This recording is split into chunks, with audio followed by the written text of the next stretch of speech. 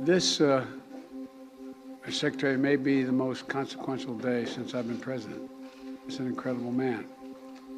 158 years ago today, in this White House, President Lincoln was putting the final touches on his second inaugural address. And he wrote, "Let us strive to finish the work we are in, to bind up the nation's wounds, and care for him who shall have borne the battle." Today, 58 years after he bore the battle, we honor a true hero of our nation, Colonel Paris Davis. That's President Joe Biden, talking about retired Army Colonel Paris Davis. Recently, Davis received the nation's highest military award for actions in a brutal battle in 1965. In the early hours of June 18, 1965, and his then Captain Davis, and his team with 3 other Green Berets were wrapping up a job well done. And together, they just finished a 10-mile march through the night to support a company of South Vietnamese soldiers on their first combat mission, a raid against the Viet Cong, thick in the jungle of Bong Sang. The raid was a success. But as the sun began to rise, the men heard that haunting sound ring out. A bugle, a sure sign of a counterattack. Davis was a Green Beret in Vietnam when he and his small Special Forces unit encountered a much larger enemy element. Over the next 2 days, Davis repeatedly helped fight back the enemy and pull wounded comrades to safety. All of it under enemy fire and while getting repeatedly wounded himself.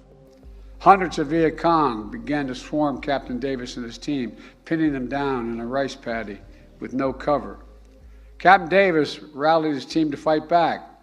Getting so close to the enemy, he was battling them hand to hand.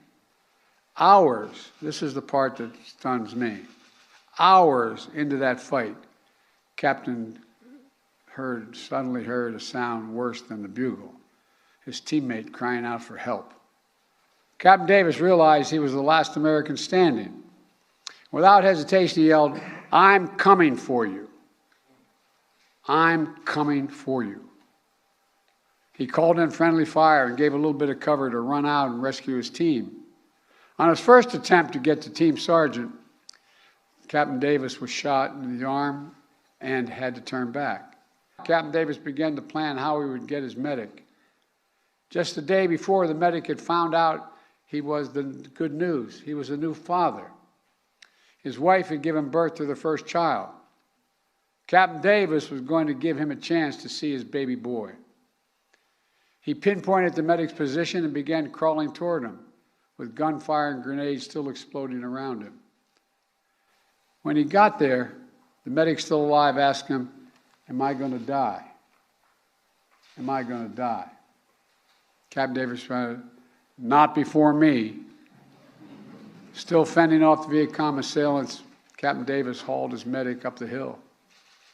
And nearly 20 hours later, after that bugle first rang, Captain Davis had saved each one of his fellow Americans. Every single one.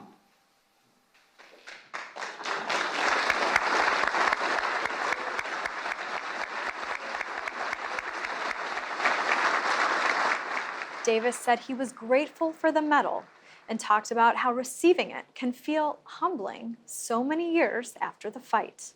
If you got to wait that long, it's like someone promised you an ice cream cone and you know what it looks like, what it smells like, but you just hadn't licked it lately.